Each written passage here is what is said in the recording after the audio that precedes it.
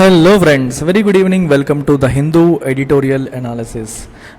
ఇవాళ ఎడిటోరియల్ ప్రారంభించే ముందు మీ అందరికీ ఒక అనౌన్స్మెంట్.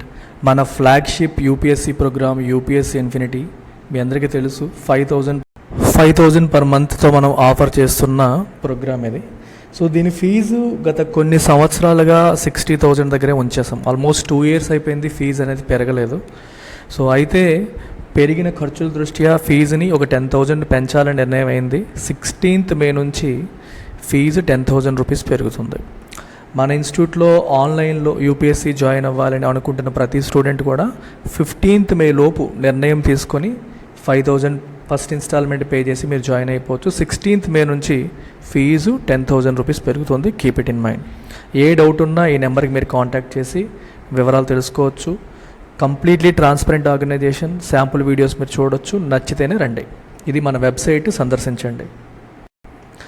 మన ఇన్స్టిట్యూట్లో ఆఫ్లైన్ క్లాసెస్ జాయిన్ అవ్వాలంటే మన హైదరాబాద్ బ్రాంచ్లో కానీ వైజాగ్ బ్రాంచ్లో కానీ మీరు జాయిన్ అవ్వచ్చు. ఫీజు 80,000 రూపీస్ మాత్రమే. మీ అందరికీ తెలుసు, ఆఫ్లైన్ క్లాసులు అంటేనే 1,50,000, 1,20,000, 1,30,000 చాలా హై లెవెల్ ఉంటాయి. మనం మాత్రం అందరికీ అందుబాటులో ఉంచాలనే రీజన్తో చాలా తక్కువ ఫీజు 80,000. అది కూడా మీరు 10,000 పర్ మంత్ పే చేసే సువర్ణ అవకాశం కూడా ఉంది. అంటే 80,000 కూడా 8 ఇన్స్టాల్మెంట్స్లో మీరు కట్టే ఛాన్స్ కూడా మీకు అందించడం అనేది జరుగుతుంది. సో కేవలం 10,000 పే చేసి మీరు మన ఆఫ్లైన్ ప్రోగ్రాంలో జాయిన్ అవ్వచ్చు. ఆఫ్లైన్ జాయిన్ అయిన వాళ్ళకి ఆన్లైన్ క్లాసెస్ అనేవి ఫ్రీ వస్తాయి. ఇందాక మీకు చెప్పిన ఆన్లైన్ అనేది కాంప్లిమెంటరీగా వస్తుంది ఫర్ ఆఫ్లైన్ స్టూడెంట్స్. సో మీకు ఛాన్స్ ఉంటే ఆఫ్లైన్ ప్రిఫర్ చేయండి. ఆఫ్లైన్ వస్తే మీకు ఆన్లైన్ ఫ్రీ వచ్చేస్తుంది. కాబట్టి ఒకే దెబ్బకి అంటే 80,000 పే చేసి 60,000 ప్రోడక్ట్ ఫ్రీ వస్తుంది. లైఫ్ టైం వ్యాలిడిటీ ఆన్లైన్ పైన ఆఫ్లైన్ పైన రెండింటిపైన ఉంటుంది. సో ఈ నెంబర్కి కాంటాక్ట్ చేయండి. ఏ డౌట్స్ ఉన్నా మేడంని అడిగి క్లియర్ చేసుకోండి. అలాగే ఆప్షనల్స్, యూపీఎస్సీ ప్రిపేర్ అయ్యే ప్రతి స్టూడెంట్ ఆప్షనల్స్ కూడా ప్రిపేర్ అవ్వాలి. ఇక్కడ మీకు 5 ఆప్షనల్స్ కనిపిస్తున్నాయి. ఏదన్నా మీరు తీసుకోండి. కేవలం 30,000 రూపీస్, అది కూడా 5,000 పర్ మంత్ ఈఎంఐ ఆప్షన్ ఉంది. ప్రతిదీ కూడా లైవ్ అండ్ రికార్డెడ్ ఫార్మాట్లో మీకు లభిస్తుంది. ఆప్షనల్స్ పైన కూడా మీకు లైఫ్ టైం వ్యాలిడిటీ అనేది ఉంది. ఈ నెంబర్కి కాంటాక్ట్ చేసి జాయిన్ అవ్వవచ్చు. ఏ డౌట్స్ ఉన్నా క్లియర్ చేసుకోండి. సో ఇవాళ ఆర్టికల్ డెస్పరేట్ ఫర్ జస్టిస్ అనే టైటిల్తో మనకి కనిపిస్తుంది. రైట్. సో ఇది ఎందుకు వచ్చింది అంటే మనకి రెజ్లింగ్లో ఉన్న మన మహిళా రెజ్లర్స్ కొంతమంది వాళ్ళకి సెక్షువల్ హెరాస్మెంట్ జరుగుతోంది, ఎక్స్ప్లాయిటేషన్ జరుగుతుంది అని చెప్పి రోడ్డు ఎక్కారు. న్యాయం కోసం వాళ్ళు రోడ్డు ఎక్కే పరిస్థితి ఇప్పుడు వచ్చింది. They are desperate for justice అనమాట. Wrestling needs to be rescued from its feudal culture of exploitation. రెజ్లర్స్ని, మహిళా రెజ్లర్స్ని, ఎస్పెషల్లీ కోచెస్, అక్కడున్న హయ్యర్ అఫీషియల్స్ సెక్షువల్గా ఎక్స్ప్లాయిట్ చేస్తున్నారు అనేది కొన్ని సంవత్సరాలుగా మనం వింటున్నమాట. సో ఫ్యూడల్ అంటే అవుట్డేటెడ్, ఓల్డ్ ఫ్యాషన్డ్, పాతకాలం నాటి ఈ కల్చర్ ఇంకా కంటిన్యూ అవుతుంది. ఈ కల్చర్ నుంచి రెజ్లింగ్ని మనం కాపాడుకోవాలి. రెస్క్యూ అంటే కాపాడుకోవడం, ఒక సమస్య నుంచి, ఒక ఆపద నుంచి ప్రొటెక్ట్ చేయడం. India's leading wrestlers, especially women supported by their male counterparts, have again taken to the streets in Delhi. Especially women wrestlers వాళ్ళ మేల్ కౌంటర్ పార్ట్స్ కూడా వాళ్ళకి సపోర్ట్ చేస్తున్నారు. విత్ దేర్ సపోర్ట్ రోడ్లు ఎక్కారు ఢిల్లీలో. If the first protest was during the winter in January, the latest is happening in peak summer at Jantar Mantar. మొదటిసారి వాళ్ళు జనవరిలో రోడ్డు ఎక్కారు, అది పీక్ వింటర్లో. ఇప్పుడు పీక్ సమ్మర్లో జంతర్ మంతర్లో వాళ్ళు రోడ్డు ఎక్కడం అనేది జరిగింది. That both the biting cold and the searing heat did not diminish these athletes' determination to air their sexual harassment grievances against the Wrestling Federation of India office bearers, especially its President Brij Bhushan Saran Singh, is a reflection of their trauma. అంటే ఎముకలు కొరికే చలిలోనూ, ఇంత భగభగమండే ఎండలో కూడా వాళ్ళు రోడ్డెక్కి పోరాటం చేస్తున్నారు అంటే అది ఏం చూపిస్తుంది మనకి? వాళ్ళ డిటర్మినేషన్. అంటే వాళ్ళ పట్టుదలని ఈ ఎముకలకు కొరికే చలి కావచ్చు, భగభగమండే ఎండ కావచ్చు, ఈ రెండు కూడా వాళ్ళ పట్టుదలని ఏమాత్రం తగ్గించలేకపోయి. డిమినిషన్ అంటే తగ్గించడం. టు ఎయిర్ అంటే ఎక్స్ప్రెస్. ఎయిర్ అనే పదం ఇక్కడ ఒక వర్బ్ రూపంలో యూజ్ చేశారు. టు వాయిస్, టు ఎయిర్ అంటారు. ఎయిర్ అంటే ఎక్స్ప్రెస్, అంటే నీ మనసులో భావాలని బయటికి వ్యక్తపరచడం. వాయిస్ అనే మాట కూడా, వాయిస్ అంటే ఏంటి, మన గొంతు, వాయిస్ బాగుంది అంటాం. అలాగే వాయిస్ యువర్ ఒపీనియన్ అంటే నీ ఒపీనియన్ని వ్యక్తపరచడం, అలా మీనింగ్ కూడా వస్తుంది అనమాట. సెక్షువల్ హరాస్మెంట్, గ్రీవెన్సెస్ అంటే బాధలు, వాళ్ళకున్న కష్టాలు, కంప్లైంట్స్. ఎవరికి వ్యతిరేకంగా? రెజ్లింగ్ ఫెడరేషన్ ఆఫ్ ఇండియాలో ఆఫీస్ బేరర్స్, ఎస్పెషల్లీ దాని ప్రెసిడెంట్కి వ్యతిరేకంగా వాళ్ళకున్న బాధలన్నీ కూడా వాళ్ళు బయట పెట్టుకోవడానికి రోడ్లు ఎక్కడం జరిగింది. ఇంత చలి, ఇంత ఎండ కూడా వాళ్ళని ఆపలేకపోయింది అని అర్థం. And it's a reflection of the trauma అంటే వాళ్ళు ఎంత బాధపడుతున్నారు లోపల అనే దాని యొక్క ప్రతిబింబమే, రిఫ్లెక్షన్ ఇది. అందుకనే ఇన్ని అడ్వర్స్ వెదర్ కండిషన్స్లో కూడా వాళ్ళు రోడ్డు మీదకి వచ్చి వాళ్ళ ఫైట్ కొనసాగిస్తున్నారు అని అర్థం. It also reveals the sheer despondency as even oversight committee led by Olympian Mary Kom set to clean up the system has not yielded any results. So ఈ సెంటెన్స్ మీనింగ్ చూడండి ఇక్కడ. దేర్ షీర్ డెస్పాండెన్సీ అంటే నైరాస్యం అంటాం చూడండి. మనం ఏదన్నా సాధించడానికి ఒక ప్రయత్నం చేస్తాం, ఎంత ప్రయత్నం చేసినా పని అవ్వకపోవడం, కరేజ్ అనేది తగ్గిపోతుంది, మన హోప్ అనేది డిమినిష్ అయిపోతుంది అని నైరాస్యం అంటాం. దాన్ని ఇంగ్లీష్లో డెస్పాండెన్సీ అంటారు. అంటే వీళ్ళు మనకి జనవరిలో రోడ్డు ఎక్కారు, మళ్ళీ ఏప్రిల్ పీక్ సమ్మర్లో రోడ్డు ఎక్కాల్సిన సిచ్యువేషన్ వచ్చిందంటే అది వాళ్ళ యొక్క డెస్పాండెన్సీని కూడా రివీల్ చేస్తుంది. వాళ్ళు ఏమీ చేయలేకపోతున్నారు అనేదాన్ని రివీల్ చేస్తుంది, ముందుకు అడుగు వేయలేకపోతున్నారు అనేదాన్ని రివీల్ చేస్తుంది. As even the oversight committee, oversight అంటే పర్యవేక్షణ, led by Olympian Mary Kom ఆధ్వర్యంలో ఒక ఓవర్సైట్ కమిటీ వేశారు. దేనికి? సెట్ టు క్లీనప్ ద సిస్టమ్ని క్లీనప్ చేయడానికి, తప్పుల్ని ఏరిపారేయడానికి ఇది వేయడం జరిగింది. It has not yielded any results. ఇది కూడా ఎటువంటి రిజల్ట్స్ ఇవ్వలేకపోయింది, ఎటువంటి రిజల్ట్స్ ఇవ్వలేదు. అంటే ఈల్డ్ అంటే గివ్. ఈ కమిటీ వేసినప్పటికీ ప్రక్షాళన అనేది జరగలేదు. That 3 inconclusive months have lapsed since the first public complaint ఇచ్చి 3 నెలలు గడిచిపోయాయి. ఏ నెలలో కూడా మనకి కన్క్లూజివ్గా ఒక సొల్యూషన్ వచ్చిందనే పరిస్థితి లేదు. ల్యాప్స్ అంటే అయిపోయాయి అని అర్థం. Is another point to the inhuman reaction that often trails sexual harassment allegations. Sexual harassment allegation వచ్చిన, ఆరోపణలు వచ్చిన వెంటనే ట్రైల్ అంటే దాన్ని ఫాలో అవుతూ ఎటువంటి రియాక్షన్స్ వచ్చాయి? ఇన్హ్యూమెన్ అంటే అమానవీయమైన, అంటే ఏమాత్రం మానవత్వం ఉన్నా సరే దానిపైన యాక్షన్ తీసుకోవాలి. కానీ అక్కడ యాక్షన్ తీసుకునే పరిస్థితి ఏమాత్రమూ లేదు. 3 నెలలు గడిచిపోయినా ఎటువంటి ప్రోగ్రెస్ అనేది రాలేదు. అంటే ఆడపిల్లలు మనకి ఒలింపిక్స్లోనూ వేరే వాటిలోనూ పథకాలు తెచ్చిన వాళ్ళు రోడ్లెక్కి నిరసన వ్యక్తపరుస్తున్నా వాళ్ళ కంప్లైంట్ పైన యాక్షన్ తీసుకునే పరిస్థితే లేదు అనేది ఇక్కడ మనకి కనిపిస్తోంది. First, there is silence from people in authority. చూడండి, వీళ్ళు ఇలాంటి అలిగేషన్స్ వచ్చినప్పుడు నెక్స్ట్ జరిగేవేంటి ఒకసారి మీరు గమనించండి. మొదట దెర్ ఈజ్ సైలెన్స్, అథారిటీలో అధికారులు ఉన్నవాళ్ళు సైలెంట్గా ఉన్నారు, అంటే ఏ కామెంట్ చేయలేదు, వీళ్ళకి కనీసం స్పందించట్లేదు. Then there are furious denials, తర్వాత అవన్నీ తప్పు, అవన్నీ అబద్ధాలు అని చెప్పేసి డినై చేయడం అనేది మనకు కనిపిస్తుంది. And third, insinuations are allowed to seep in about victims morality.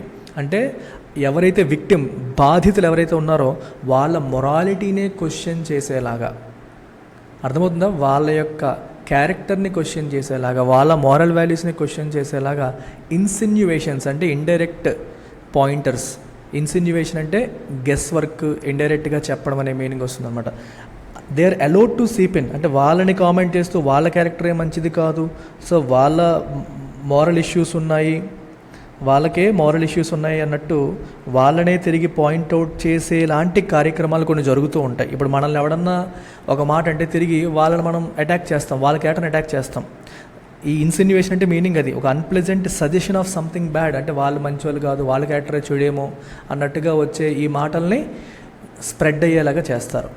మీకు అర్థమవుతుందా? ఇలా స్ట్రక్చరల్గా వీళ్ళు కంప్లైంట్ ఇచ్చిన తర్వాత తిరిగి నీరుగార్చే కార్యక్రమాలు జరుగుతూ ఉంటాయి. Brij Bhushan may have stepped aside from day-to-day functioning of the WFI. So president Brij Bhushan అయితే డే-టు-డే ఫంక్షనింగ్ నుంచి ఆయన తప్పుకున్నారు. కానీ but this sports administrator essentially a BJP MP from యూపీకి చెందిన బీజేపీ ఎంపీ అయినా హ్యాస్ ఇనఫ్ క్లౌట్ అంటే బలం, ఇన్ఫ్లుయెన్స్. మనం ఇన్ఫ్లుయెన్స్ అంటాం చూడండి, వీడికి ఫుల్ క్లౌట్ ఉందంటే ఫుల్ ఇన్ఫ్లుయెన్స్ ఉందంటాం. టు స్టైమీ అంటే ఆపడం, తగ్గించడం, అబ్స్టికల్ క్రియేట్ చేయడం, డిక్రీజ్ చేయడం. Stymie efforts to prise him out from the federation. ఈ ఫెడరేషన్ నుంచి ఈయన్ని పీకేయడానికి చేసే ఎఫర్ట్స్ని ఆపగలిగే ఇన్ఫ్లుయెన్స్ ఉన్న క్యాండిడేట్ ఇతను. అంటే తనని రిమూవ్ చేయడం అంత ఈజీ కాదు. ఎవరైనా ప్రయత్నం చేసినా తన ఇన్ఫ్లుయెన్స్ ఉపయోగించి ఆయన అక్కడే కొనసాగే కెపాసిటీ ఉన్న క్యాండిడేట్ అని అర్థం. Wrestling harks back to India's rural heartland. Hark back అంటే to remember or mention something from the past అన్నట్టు అనమాట. మనకేమంటే గతాన్ని గుర్తు చేసేది, ఏదో ఒక దాన్ని మనకి గుర్తు చేసేది, మెన్షన్ చేసేదాన్ని మనం అంటాం. రెజ్లింగ్ ఏం గుర్తు చేస్తుంది మనకి?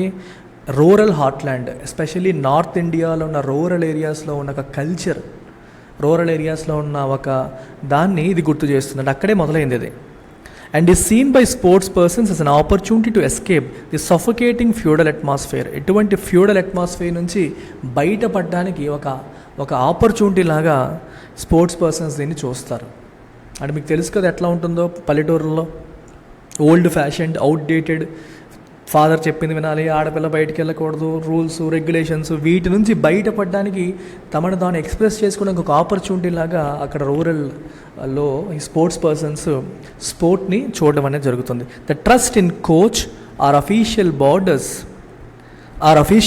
Borders on blind devotion and this trait gets exploited. So బేసికల్గా కోచ్ పైన కానీ ఆఫీసర్స్ పైన కానీ అది దేని మీద వీళ్ళకున్న ట్రస్ట్ అనేది దేని మీద ఆధారపడుతుంది, అది దేని మీద బిల్డ్ అవుతుంది? Blind devotion.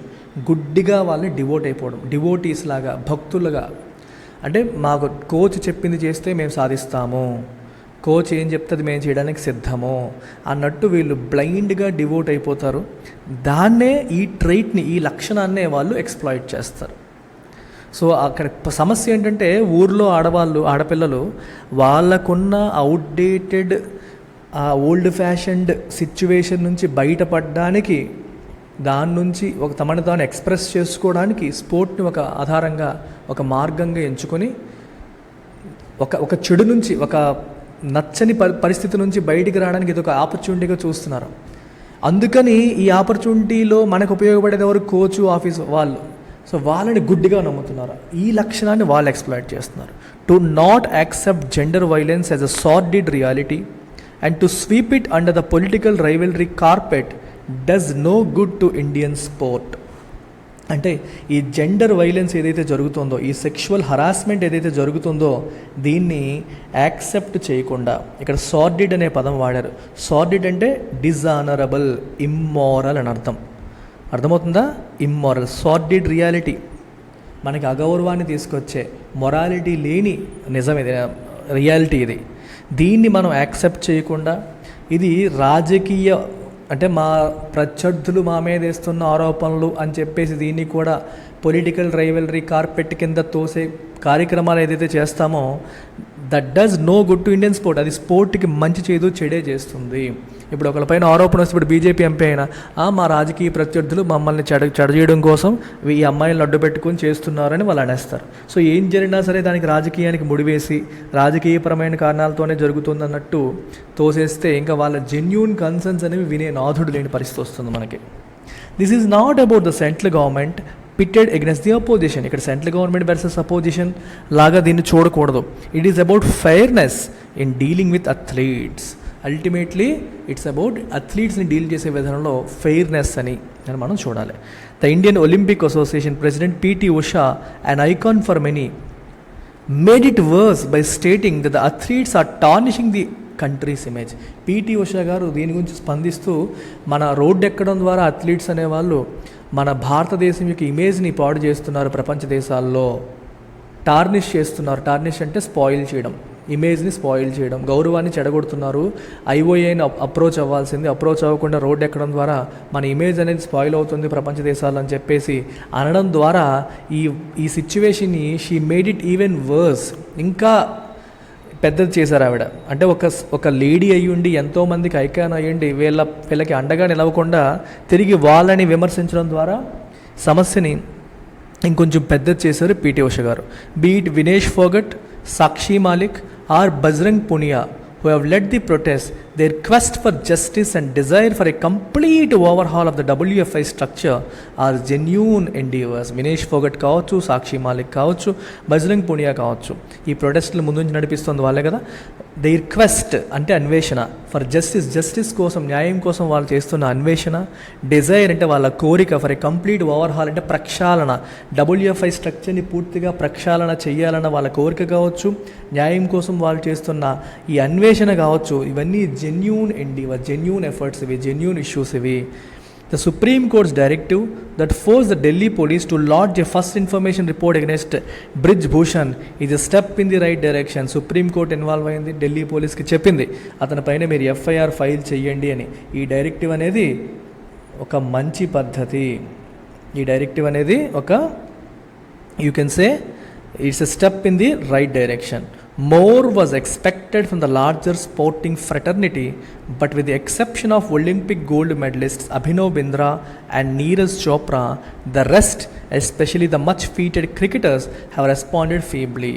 అయితే ఇలాంటప్పుడు స్పోర్టింగ్ ఫ్రెటర్నిటీ నుంచి ఇంకా ఎక్కువ సపోర్ట్. ఫ్రెటర్నిటీ అంటే group of people sharing common profession అనే మీనింగ్ మీరు తీసుకోవచ్చు. అంటే బ్రదర్హుడ్ అంటే ఒకే పని చేసేవాళ్ళు, స్పోర్ట్స్ పర్సన్స్, డాక్టర్స్ అందరూ ఒక fraternity, doctor fraternity, lawyer fraternity, student fraternity, అంటే ఒకే ప్రొఫెషన్, ఒకే వాళ్ళకంటూ ఒక కామన్ ట్రైట్ ఉంది అనేటప్పుడు అలా అంటాం అనమాట. సో వీళ్ళ నుంచి వీళ్ళకి వస్తున్న సపోర్ట్ ఏమైనా ఉందా అంటే గొప్పగా లేదు. అభినవ్ బింద్రా, నీరజ్ చోప్రా లాంటి ఒలింపిక్ గోల్డ్ మెడలిస్టులు తప్పితే మిగిలిన వాళ్ళు, ఎస్పెషల్లీ మన దేశమంతా గౌరవించి దేశమంతా కొలిచే మచ్ ఫీటెడ్, చూడండి మచ్ ఫీటెడ్ అంటే దేశమంతా కొలిచే గౌరవించే క్రికెటర్స్ ఎవరైతే ఉన్నారో, ఎక్కువగా ప్రశంసించబడే క్రికెటర్స్ ఎవరైతే ఉన్నారో వాళ్ళ రియాక్షన్ అనేది చాలా ఫీబుల్గా ఉంది. ఫీబుల్ అంటే చాలా వీక్గా ఉంది. Kapil Dev and a few other players besides Sania Mirza voiced their concern through social media. Kapil Dev and ఇంకొంతమంది ప్లేయర్స్, సానియా మిర్జాతో పాటు వీళ్ళు సోషల్ మీడియా ద్వారా వాళ్ళ కన్సర్న్ని వ్యక్తపరిచారు. But these remain in the few volleys of resistance. బేసికల్గా వాలీస్ అంటే a large number of same things. అంటే మీకు for example a volley of bullets have come అన్నారు అనుకోండి, వరుస పెట్టి బుల్లెట్లు వచ్చాయి. ఏ వాలీ ఆఫ్ యారోస్ అన్నారనుకోండి, యారోస్ ఒకేసారి ప్రయోగించబడ్డాయి అని అర్థం అనమాట. వాలీ అంటే a lot of things happening at the same time. అయితే ఇక్కడ ద ఫ్యూ వాలీస్ అన్నారు. రెసిస్టెన్స్ అంటే అర్థం ఏంటి? ప్రభుత్వానికి లేదా సిస్టమ్కి వ్యతిరేకంగా చేస్తున్న పోరాటం. ఈ పోరాటంలో ఎవరో కొంతమంది అక్కడక్కడ, ఇక్కడ వాలీ అనేది మంచి పదం, ఇక్కడ ద ఫ్యూ అని రాశారు. కొంతమంది మాత్రమే వీళ్ళు సపోర్టివ్గా వచ్చారు, ఎక్కువ మంది రాలేదని అర్థం. India's medal winnowing wrestlers deserve better. మనకి దేశానికి పేరు తెచ్చి మెడల్స్ తీసుకొచ్చిన రెజ్లర్స్కి మనం ఇచ్చేది ఇదేనా? They deserve better. వాళ్ళకి ఇంకా ఎక్కువ సపోర్ట్ వచ్చి ఉండాలి, వాళ్ళకి అర్హత ఉంది, కానీ మనం ఇవ్వలేకపోతున్నాము అని దీని యొక్క ఉద్దేశం. ఇంగ్లీష్ ఇంప్రూవ్ చేసుకోవాలి, ఇంగ్లీష్ ఇంప్రూవ్ చేసుకొని కాంపిటేటివ్ ఎగ్జామ్స్ని క్రాక్ చేయాలనుకునే వాళ్ళకి మన ఇంగ్లీష్ ఇన్ఫినిటీ ప్రోగ్రామ్ 3,000 రూపాయలకి లైఫ్ టైం వ్యాలిడీతో మనం అందిస్తున్నాం. తక్కువ ఫీజుతో లైఫ్ టైం వ్యాలిడీతో అన్ని కాంపిటేటివ్ ఎగ్జామ్స్కి ఉపయోగపడేలాగా కోర్స్ అందించడం జరుగుతుంది. బేసిక్ లెవెల్ నుంచి అడ్వాన్స్ లెవెల్ వరకు అన్ని ఇక్కడ కవర్ చేయడం జరుగుతుంది. ఈ నెంబర్కి కాంటాక్ట్ చేయొచ్చు, లేదా వెబ్సైట్లో డైరెక్ట్గా మీరు పర్చేజ్ చేయొచ్చు. Take care, bye.